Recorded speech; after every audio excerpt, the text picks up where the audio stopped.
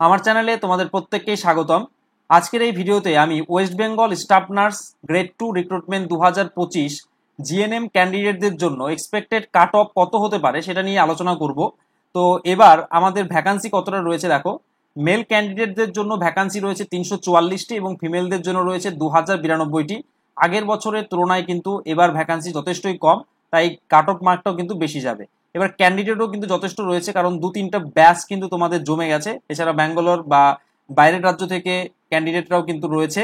তো দেখো, তো মার্ক ডিভিশনটাও একটু চেঞ্জ হয়েছে। আমাদের আগের বার আমাদের মাধ্যমিকের উপরে একটা নাম্বার বরাদ্দ ছিল, এবার কিন্তু সেটা নেই। এবার আমাদের এইচএস এর উপরে, হায়ার সেকেন্ডারির উপরে আমাদের 30 নাম্বার ধার্য রয়েছে। ট্রেনিং এর উপরে রয়েছে 40 number. Diploma in clinical speciality এটার জন্য রয়েছে 5 নম্বর এবং এক্সপিরিয়েন্সের জন্য 10, আর ইন্টারভিউ এর জন্য কিন্তু রয়েছে 15। ঠিক আছে, এবার আমরা কিভাবে ক্যালকুলেশন করব ইন্টারভিউ এর আগে, তোমাদের মার্ক ক্যালকুলেশন তোমরা কিভাবে করবে সেটা একটু বুঝিয়ে দিয়ে তোমাদের কিন্তু আমি কাট অফটা কিরকম যেতে পারে সেটা তোমাদেরকে বলে দিচ্ছি। আমি একদম চার্ট আকারে তোমাদেরকে খুব সুন্দরভাবে তুলে ধরার চেষ্টা করছি। দেখো, এবার এইচএসে হায়ার সেকেন্ডারিতে তোমরা কি করবে, 30-এর উপরে তোমাদের নাম্বারটা হিসাব করবে। যার যেরকম পার্সেন্টেজ আছে সে সেরকম কিন্তু 30-এর মধ্যে স্কোর করতে পারবে। কেউ যদি 100% পেয়ে থাকে সেক্ষেত্রে সে 30-এ 30 পাবে, কিন্তু 100% স্কোর করা তো কারোরই নেই, তো কেউ 30-এ 30 পাবে না, তাই কি না? এবার দেখো, একটা কিন্তু তোমাদের হায়ার সেকেন্ডারি মার্ক ক্যালকুলেশন করার সময় তোমাদের এটা মাথায় রাখতে হবে যে তোমাদের সাধারণত তোমরা কি করো, 5টা সাবজেক্ট বেস্ট 5, 5টা সাবজেক্টে তোমরা নাম্বার যোগ করো। তো এক্ষেত্রে কিন্তু সেটা করা যাবে না। যদি কারো অপশনাল সাবজেক্ট থেকে থাকে বা অ্যাডিশনাল সাবজেক্ট থেকে থাকে, তোমরা কি করবে, সবগুলো সাবজেক্টের নাম্বার যোগ করবে। যোগ করার পরে সেটাকে তোমরা কি করবে, 6 দিয়ে ভাগ করবে। 6 দিয়ে ভাগ করলে যেটা আসবে সেটা হচ্ছে তোমাদের পার্সেন্টেজ। ঠিক আছে, সেটা তোমাদের এইচএস এর পার্সেন্টেজ। ভালো করে বুঝলে? যাদের অ্যাডিশনাল সাবজেক্ট আছে তারা 6টা সাবজেক্টকে যোগ করবে, যোগ করে সেটাকে 6 দিয়ে ভাগ করবে, যেটা আসবে সেটা তোমাদের এইচএস এর পার্সেন্টেজ। এবার তোমরা কি করে বুঝবে 30-এ তোমরা কত পেলে? যে পার্সেন্টেজটা আসলো, ধরে নাও তোমাদের পার্সেন্টেজ আসলো হচ্ছে, ধরে নাও 90। ঠিক আছে, কারো দেখা গেলো 6টা সাবজেক্ট যোগ করে অ্যাডিশনাল আছে, আর অ্যাডিশনাল যদি না থাকে তাহলে 5টা সাবজেক্ট থাকবে, তাহলে 5 দিয়ে তোমরা তোমাদের নাম্বারটাকে, টোটাল মার্কটাকে ভাগ করলে তোমাদের পার্সেন্টেজ পাবে। সেটাকে তোমরা কি করবে, যে পার্সেন্টেজটা তোমাদের এইচএসে বেরোবে সেটাকে তোমরা কি করবে, 0.3 দিয়ে গুণ করে দেবে। ঠিক আছে, যে পার্সেন্টেজ বেরোবে সেটাকে তোমরা 0.3 দিয়ে গুণ করবে, তাহলেই তোমরা এইচএসে 30-এর মধ্যে কত পাবে সেটা কিন্তু বেরিয়ে আসবে। এখানে যদি আমরা 90% কেউ পেয়ে থাকে তাহলে আমাদের মার্ক কত হবে, 3 নং 27 আর পেছনে শূন্য, এখানে দশমিক। তার মানে আমরা দেখতে পাচ্ছি 90% যে ছাত্র এইচএসে পেয়েছে তার কিন্তু এইচএস এর মার্ক আমরা কত পাবো, 27 পাবো। সে কিন্তু 27 পাবে মার্ক। ঠিক আছে, এভাবে তোমরা কিন্তু এইচএস এর নাম্বারটা হিসাব করে নেবে। তো দেখবে যারা তোমার হচ্ছে 19 সাল বা 18 সালের কিছু ক্যান্ডিডেট হয়তো সে বছর তারা কিন্তু সিট পায়নি, মানে চাকরিটা পায়নি, তো তারাও কিন্তু এবার ফর্ম ফিল আপ করবে।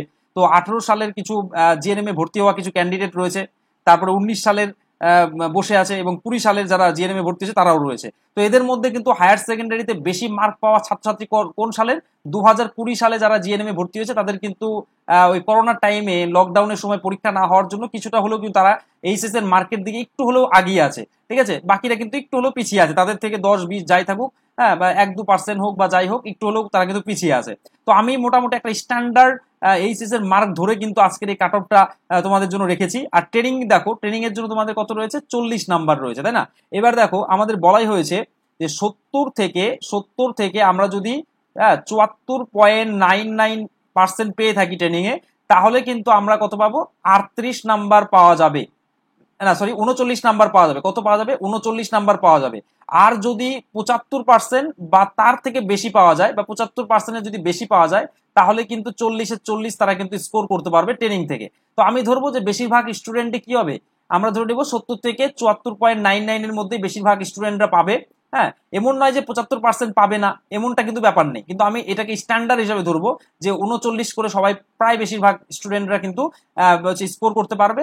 আর এটা ধরেই আমরা কিন্তু কাট অফে আগাবো। ঠিক আছে, কারণ কি বলতো, কেউ ধরো 75%-এর বেশি নাম্বার পেয়েছে ট্রেনিং এ, দেখা গেল সে কিন্তু এইচএস এর নাম্বার একটু কম আছে। ঠিক আছে, এরকমটা হতে পারে। আবার এরকম হতে পারে যে তোমার এইচএস এর তার ভালো নাম্বার আছে, কিন্তু ট্রেনিং এ কিন্তু সে দেখা যাচ্ছে যে 70 থেকে 74.99 নামের মধ্যে কিন্তু তার নাম্বারটা রয়েছে। তো এরকম হতে পারে। তো তার জন্য একটা স্ট্যান্ডার্ড নাম্বার ধরে আমরা হিসাবটা করছি। তারপরে দেখো, ডিপ্লোমা ইন ক্লিনিক্যাল স্পেশালিটি, এটার জন্য আছে 5 নাম্বার। এটা কিন্তু সবার নেই, হাতে গোনা হয়তো 50-60 জনের থাকতে পারে আমার আইডিয়া, বা বেশিও থাকতে পারে বা কমও থাকতে পারে। তো এটাকে আমরা সেই হিসাবে গণনার মধ্যে বাইরে রাখবো। আর যাদের 5 নাম্বার ডিপ্লোমা ইন ক্লিনিক্যাল স্পেশালিটির জন্য রয়েছে তারা কিন্তু অনেকটা এগিয়ে থাকবে তোমাদের থেকে, তাদের চাকরি পাওয়ার সম্ভাবনা অন্যদের থেকে অনেক বেশি। তো দেখো এক্সপিরিয়েন্স বেশিরভাগ ক্যান্ডিডেটদেরই কিন্তু 1 বছর করে এক্সপিরিয়েন্স হয়েছে, তো সেক্ষেত্রে আমি 2 নাম্বার ধরবো। এবার 1 বছর হলে 2, আর 1 বছরের বেশি হলে তারা কিন্তু 4, 2 বছর হলে, তাই না? যত বাড়বে 5 বছর হলে 10, তো এরকম একটা ব্যাপার আছে। তো এক্সপিরিয়েন্স বেশিরভাগ ক্ষেত্রে আমি কিন্তু 2 ধরবো। অনেকের আবার কিন্তু 2 বছর এক্সপিরিয়েন্স থাকবে, কিন্তু অনেক মেয়েই কিন্তু সিএইচও তে ঢুকে যাওয়ার জন্য, যেহেতু সিএইচওটা হয়তো বা তোমাদের এক্সপিরিয়েন্সের মধ্যে কাউন্ট হবে না, তো সেক্ষেত্রে তারা কিন্তু 1 বছরই হিসেব করলে পাবে। হ্যাঁ, 2019 সালে যারা জিএনএম ভর্তি হয়েছিল তারাও কিন্তু তোমার বেশিরভাগ ক্যান্ডিডেটই কিন্তু 1 বছরের তারা কিন্তু এক্সপিরিয়েন্স পাবে। তো সেক্ষেত্রে আমরা স্ট্যান্ডার্ড মার্ক হিসাবে 2 ধরে নেব, ঠিক আছে? আর ইন্টারভিউটাই কিন্তু সবচেয়ে বড় খেলা এখানটাতে, যে ভালো ইন্টারভিউ দিবে তারই কিন্তু চাকরি, এটা কিন্তু মাথায় রাখতেই হবে। এর জন্য তোমরা অবশ্যই ইন্টারভিউ এর প্রিপারেশন নিতে থাকো। ইন্টারভিউ যার চাকরি তার, কারণ যারা সরকারি থেকে তোমরা জিএনএম কোর্স কমপ্লিট করেছো তাদের কিন্তু প্রত্যেকেরই হাই মার্কই রয়েছে, ঠিক আছে? তোমরা কিন্তু প্রত্যেকেরই ভালো মার্ক কিন্তু এসএসএ রয়েছে, তার জন্য কিন্তু তোমরা সরকারিতে চাকরি পেয়েছো। এমনটা নয় যারা বাইরের রাজ্য থেকে এসে এই রাজ্যে তোমরা হচ্ছে নার্সিং এর রেজিস্ট্রেশন পেয়েছে তারা যে চাকরি পাবে না এমনটা নয়, তাদের ক্ষেত্রে একটু চাপ হবে। তাদের কিন্তু ইন্টারভিউতে জোর দিতেই হবে, ঠিক আছে? তাদের কিন্তু একটাই জায়গা, ইন্টারভিউতে যত জোর দিতে পারবে এবং এক্সপিরিয়েন্স সার্টিফিকেট যারা যত বেশি গ্যাদার করতে পেরেছে তারা কিন্তু এখানটাতে বাজিমাত করবে, ঠিক আছে? তো দেখো আমি ফিমেল ক্যান্ডিডেটদের জন্য এক্সপেক্টেড কাট অফ একটা মোটামুটি তৈরি করেছি। দেখো ইউআর মেয়েদের জন্য, ইউআরে ফিমেলদের পর আমি তোমাদের মেলদেরটাও দেখিয়ে দেবো। তো ইউআর ক্যান্ডিডেট রয়েছে আনরিজার্ভে 763টা আমাদের সিট রয়েছে। এই 763টা সিটের মধ্যে ধরে নাও মোটামুটি বেশিরভাগ ক্যান্ডিডেটই 91, 92, 93 এরকম পার্সেন্টেজ নাম্বার পায়। আমি ধরে নিচ্ছি যে 91% যদি সে নাম্বার থাকে এইচএসে, তাহলে সে কিন্তু এইচএসে স্কোর করছে কত, 27.3, ঠিক আছে? হিসেব করেছি। তারপর দেখো ট্রেনিং এ ধরে নিলাম যে 70 থেকে 74.99 এর মধ্যে পেয়েছে, তাহলে 39, এবং এক্সপিরিয়েন্সে গ্যাদার করেছে 2 নাম্বার 1 বছরের, তাহলে HS plus training plus experience এটা মিলে তার কত হচ্ছে 68.3। এবার আমি তোমাদেরকে বলে দেবো যাদের মার্ক আনরিজার্ভ ক্যাটাগরিতে রয়েছে তারা 68.3 বা এর থেকে 1-2 বেশি আছে। হ্যাঁ, মোটামুটি 68.3 যাদের আছে, যারা টাচ করতে পারছো 68.3, তারা কিন্তু ভালো জায়গাতে রয়েছে, ঠিক আছে? তোমরা একটু ইন্টারভিউটাকে ভালো করে দেবে, তোমাদের চাকরি পাওয়ার সম্ভাবনা সবচেয়ে প্রবল, ঠিক আছে? 68.3 যারা পাচ্ছ বা তার থেকে বেশি পাচ্ছ তারা কিন্তু আশা করতেই পারো, তারা ইন্টারভিউর জন্য প্রিপারেশন নিতে থাকো, তোমাদের চাকরি কিন্তু হতে পারে, ঠিক আছে? হওয়ার সম্ভাবনা প্রবল রয়েছে। তারপর দেখো ইন্টারভিউ আমি মোটামুটি 10 ধরলাম, 10, 11, 12 এরকম পাবে, ঠিক আছে? ন্যূনতম যারা 10 পাবে তারা কিন্তু চাকরি পেতে পারে। তো মোটামুটি শেষ পর্যন্ত কাট অফ কত হতে পারে, 78.3, এর থেকে 1 বেশি হতে পারে বা কমও হতে পারে। কম হওয়ার থেকে তোমরা ধরে নাও যে বেশি হবে, হ্যাঁ 79 পয়েন্টের মধ্যেই থাকবে আশা করা যাচ্ছে ইউআর ক্যান্ডিডেটদের জন্য, যেহেতু সিটটা কম। এসসিতে দেখো 490টা রয়েছে। এবার এদের ধরে নাও যে 88% যারা মার্ক পেয়েছিল তারা কিন্তু সরকারিতে জিএনএম এ মোটামুটি চান্স পেয়েছে ধরে নিলাম।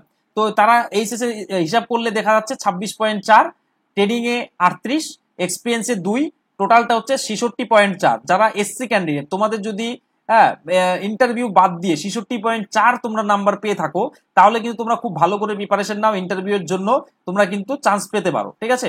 অবশ্যই তোমাদের সম্ভাবনা প্রবল রয়েছে, কারণ এসসিদের মধ্যে যারা বেশি নাম্বার পাবে তারা কিন্তু অটোমেটিক্যালি ইউআর ক্যান্ডিডেটে শিফট করে যাবে। তো তাই তোমাদের কিন্তু একটা বড় সুযোগ রয়েছে। তোমাদের কাট অফ টোটালি দেখা যেতে পারে শেষ পর্যন্ত 75.9 এরকম হতে পারে, বা এর থেকে 1 হাত বেশি হতে পারে, ঠিক আছে? এরকমটাই থাকবে আশা করা যায়। আর এসটিদের জন্য 119টা সিট, 72% ধরে নিলাম যারা এইচএসএ মার্ক আছে, মানে মিডিয়াম মোটামুটি।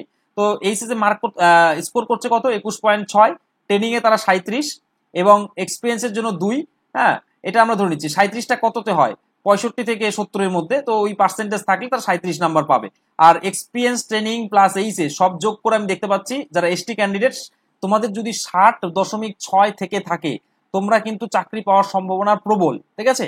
তোমাদের চাকরি পাওয়ার সম্ভাবনা প্রবল। তোমরা যদি ইন্টারভিউ যত ভালো নাম্বার পাবে, ইন্টারভিউ তোমাদের এখনো বাকি রয়েছে, তাহলে তোমাদের সব থেকে বেশি পরিশ্রম করতে হবে কিসে, ইন্টারভিউতে সবচেয়ে বেশি পরিশ্রম করতে হবে। তোমরা তোমাদের বেস্ট লেভেলটুকু দিয়ে ইন্টারভিউ এর জন্য প্রিপারেশন নিতে থাকো, যত ভালো হাই স্কোর করবে তত বেশি কিন্তু চাকরি পাওয়ার সম্ভাবনা বাড়বে। তো আমি মোটামুটি এক্সপেক্টেড ধরে রেখেছি 68.8, এটা কিন্তু এসটিদের জন্য রয়েছে। ওবিসি এ এবং ওবিসি বি দেখো ওবিসি এর জন্য 255টা সিট, ওবিসি বি এর জন্য 127টা সিট। আমি ধরে নিচ্ছি দুটো ক্যাটাগরিতেই তোমার 89% নাম্বার কিন্তু অ্যাভেলেবেল তোমরা পেয়ে যাবে, যারা এইচএসএ কিন্তু এত নাম্বার পেয়েছে এরকম ক্যান্ডিডেটরা পাবে, ঠিক আছে। তো 26.7 তোমাদের হিসাব হচ্ছে দুই ক্ষেত্রেই।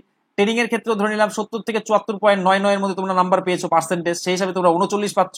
এক্সপিরিয়েন্স দেখা গেল 1 বছর করে গ্যাদার করতে পেরেছো, তাহলে সব ক্ষেত্রে 2-2, ঠিক আছে। এবার দেখা যাচ্ছে 67.7 ওবিসি এ বি এর জন্য 67.7 যদি তোমাদের ইন্টারভিউ বাদে তোমাদের থেকে থাকে, তোমরা কিন্তু ভালো করে প্রিপারেশন নাও, তোমাদের কিন্তু হচ্ছে চাকরি হওয়ার সম্ভাবনা রয়েছে, ঠিক আছে। তোমরা ধরো ইন্টারভিউ যদি 9.5 করে পাও, তাহলে তোমাদের কাট অফ শেষ কাট অফ মার্ক যাচ্ছে 77.2, এরকমই কিন্তু কাট অফ যাবে বা এর থেকে এক আধ বেশিও যেতে পারে, ঠিক আছে, কারণ সিট সংখ্যা কিন্তু আগের বারের তুলনায় অনেকটাই কম রয়েছে, ঠিক আছে। আর ইএসডাব্লিউ এটাও আমি ধরেছি 182 জন ক্যান্ডিডেটকে নেওয়া হবে, তারা মোটামুটি 85% যদি তাদের এইচএসে থাকে, তো এইচএসে দেখো 25.5 পাচ্ছে, 39 পাচ্ছে ট্রেনিং এ, 2 পাচ্ছে এক্সপিরিয়েন্সে, আর তাহলে টোটাল হচ্ছে 66.5 এবং হচ্ছে ইন্টারভিউ 9, টোটালটা আসছে শেষে কাট অফ মার্ক যাচ্ছে 75 তোমার হচ্ছে 5। তো দেখো যেগুলো গোল করে দিলাম এগুলো হচ্ছে তোমাদের কি ইন্টারভিউ এর আগে তোমাদের মার্ক যদি এগুলো যোগ করে আসে বা এর কাছাকাছি থাকে, এক হাত কম থাকুক বা বেশি থাকুক, তাদের কিন্তু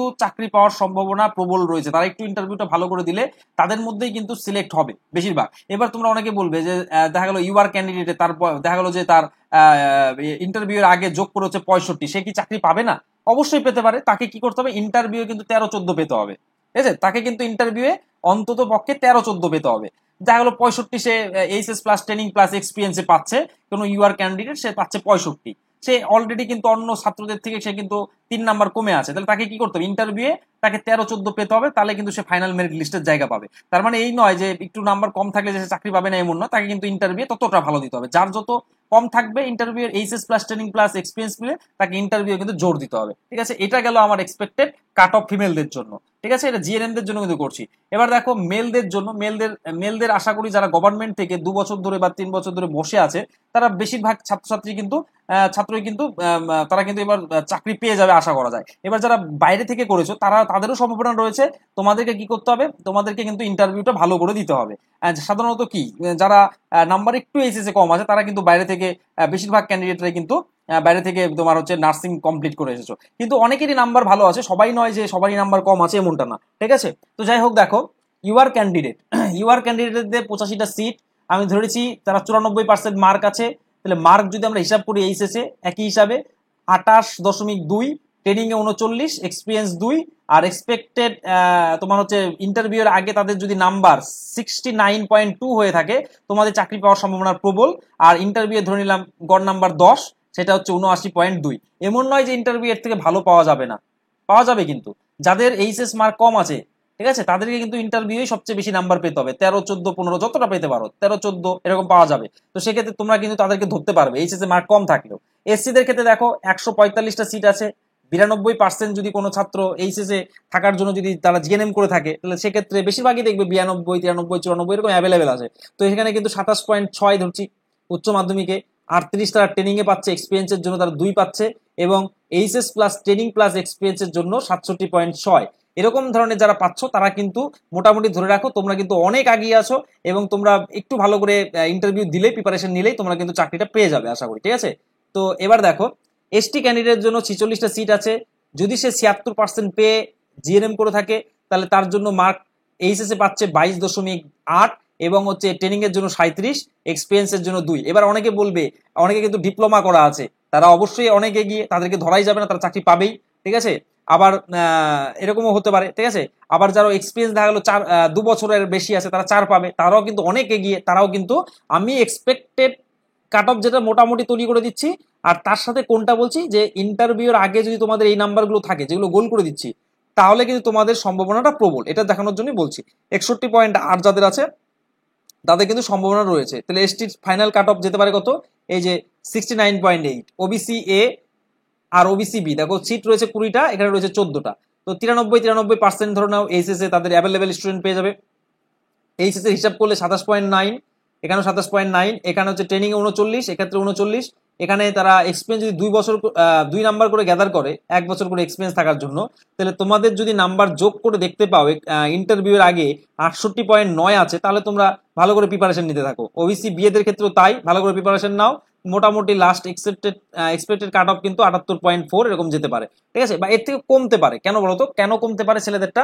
কারণ অনেকে দেখবে যে ওই 2-3 বছর মিলে হয়তো সিটের থেকে কম কিন্তু পশ্চিমবঙ্গ থেকে বেরিয়েছে, বাকি সিটগুলো কোথায় পাবে? যারা বাইরের রাজ্য থেকে করে এসেছে তারা পাবে, ঠিক আছে। তোর জন্য কিন্তু এর থেকে একটু কম হতে পারে, ছেলেদেরটা একটু কাট অফ আবার একটু কমও যেতে পারে। যাই হোক, ইডাব্লিউএস 20টা সিট আছে, 90% এইচএসসি যদি পেয়ে থাকে তাহলে 27 নাম্বার ক্যারি করবে, 39 ট্রেনিং এ থেকে ক্যারি করবে, এবং হচ্ছে এক্সপিএস 2, এবং HS plus training plus XPS 68। এটা যদি 68 পেয়ে থাকে তাহলে তাদের সম্ভাবনাটা প্রবল হবে, এবং তাদের ফাইনাল কাট অফ আসবে কত? 77 বা 77 থেকে কম বেশি, এক আধ হাফ কম বেশি হতে পারে, ঠিক আছে। এবার দেখবে যারা বাইরে থেকে কিন্তু ট্রেনিং করে এসেছে তাদের কিন্তু ওই ট্রেনিং এ তারা 40-40 পাবে, কারণ তাদের কিন্তু বেশি নাম্বার আছে তোমাদের থেকে, ঠিক আছে। 1 নাম্বার কিন্তু তারা বেশি পাওয়ার সম্ভাবনা রয়েছে। তো এই হচ্ছে আমাদের এক্সপেক্টেড কাট অফ। আশা করি তোমাদের এইটা ভিডিওটা কাজে লাগবে। তো তোমাদের সাথে, তোমাদের মতের সাথে আমার মত মিললো কিনা একটু কমেন্টে কিন্তু অবশ্যই জানিয়ে দেবে। অসংখ্য ধন্যবাদ তোমাদেরকে শেষ পর্যন্ত ভিডিওটি দেখার জন্য।